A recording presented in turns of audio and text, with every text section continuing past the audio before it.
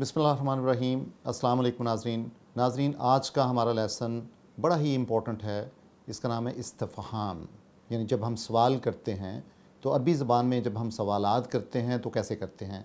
तो इस्तिफ़हाम नाज़रीन दो तरह का होता है। एक इस्तिफ़हाम होता है जो बड़ा सिंपल होता है और उसके जवाब में हम हाँ या ना बोलते हैं, एक लेवल ये होता है। और एक इस्तिफ़हाम ऐसा होता है जिसमें सवाल ज़रा ज़्यादा गहरा होता है, यानी हमें ज़्यादा तफसील की ज़रूरत होती है। तो जो पहली किस्म का इस्तिफ़हाम है उसको अरबी ज़बान में हम कहते हैं क्या, जिसे हम उर्दू में क्या बोलते हैं, क्या हाल हैं। तो ये जो इस्तिफ़हाम है ये सिंपल इस्तिफ़हाम है, सादा इस्तिफ़हाम है। इसमें अरबी ज़बान में कहते हैं अलिफ आ, अलिफ के ऊपर हमज़ा, अलिफ के ऊपर फ़तह होगा, आ जिसे बोलते हैं, या हम उसे हल बोलते हैं। तो गोया आ और हल इसके लिए इस्तेमाल होता है। मिसाल के तौर पे क्या ये कलम है, तो हम कहेंगे हल हाज़ा कलमुन, क्या ये कलम है, या आहाज़ा कलमुन।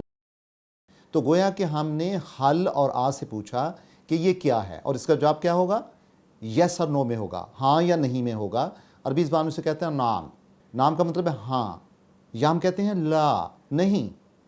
और अगर हमने ला पे ज़ोर लगाना हो तो फिर हम कहते हैं बला, हरगिज़ नहीं, यानी ज़ोर देना मकसूद होता है। तो गोया अलिफ के ऊपर ज़बर आ और हल इस्तिफ़हामिया अल्फाज हैं, हरूफ हैं, और जब जुमले में इस्तेमाल करते हैं तो हम कहेंगे हल हाज़ा कलमुन या आहाज़ा कलमुन, और इसका जवाब होगा नाम, यानी हाँ, और जब नहीं कहेंगे तो ला या बला। मिसाल के तौर पर कुरान हकीम की आयत है वा इन्नका ला अंता यूसुफ, क्या वाकई तू ही यूसुफ है। तो आपने नोट किया कि आ का लफ्ज़ इससे पहले आया।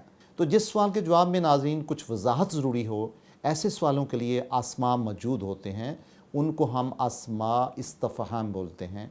मिसाल के तौर पे हम कहते हैं माँ, माँ का मतलब है यानी क्या, मन कौन, आईना कहाँ, लिमा क्यों कर, कैफ़ा कैसे, मता कब, अयाना किस वक़्त, अन्ना तो फिर उसका क्या, अय्यु कौन सा, कम कितना।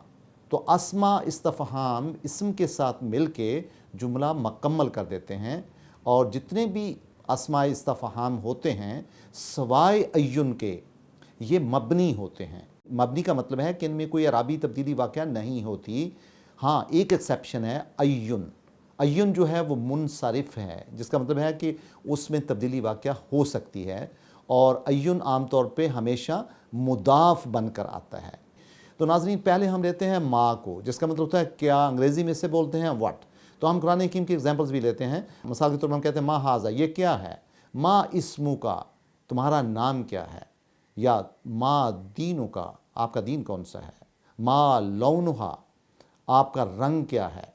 और कुरान हकीम की आयत है वमा तिलका बे यमीन का या मूसा, और ए मूसा तेरे दाने हाथ में क्या है, काला, उन्होंने कहा है या असाया, ये मेरी लाठी है। इसमें जो या है वो या मुतकल्लम है। दूसरा नाज़रीन जो लफ्ज़ है उसको बोलते हैं मन, मन का मतलब होता है कौन, अंग्रेज़ी में हु बोलते हैं। सूरह आल इमरान की आयत है मन अंसारी इलल्लाहि, यानी कौन है जो मेरा मददगार होगा अल्लाह ताला के लिए। मन अंता, तू कौन है, मन रब्बू का, तेरा रब कौन है। और लिमा निल मुल्कल यौमा लिल्लाहि वाहिदुल क़हार, लिमा निल मुल्कुल यौमा, यानी उस दिन किसकी हुकूमत होगी, लिल्लाहिल वाहिदुल क़हार, अल्लाह के लिए ही ज़बरदस्त हुकूमत है, यानी अल्लाह ताला ही वाहिद है और सुप्रीम है, यानी हर चीज़ पे गालिब है। अगला लफ्ज़ है आईना, आईना का मतलब होता है कहाँ, इसका मतलब है वेयर।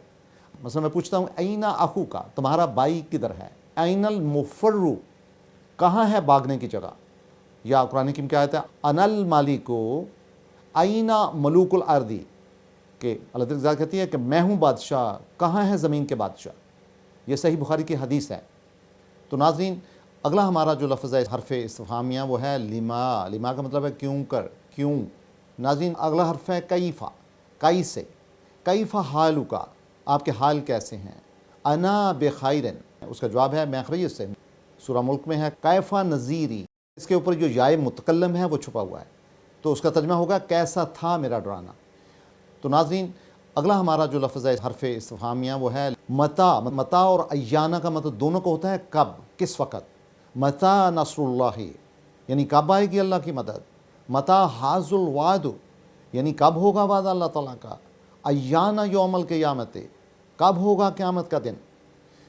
تو ناظرین جو اگلا حرف ہے اسے ہم بولتے ہیں انا، کہاں سے، کیوں کر، کس طرح.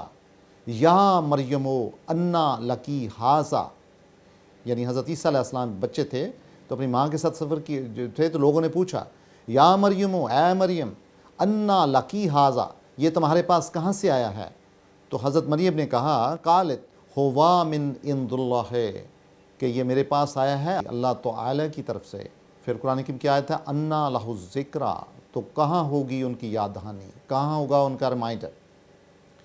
تو ناظرین جو اگلا حرف ہے استفہام کا اسے بولتے ہیں ایون. ایون کا مطلب ہوتا ہے کون سا، وچ جسے انگریزی میں بولتے ہیں.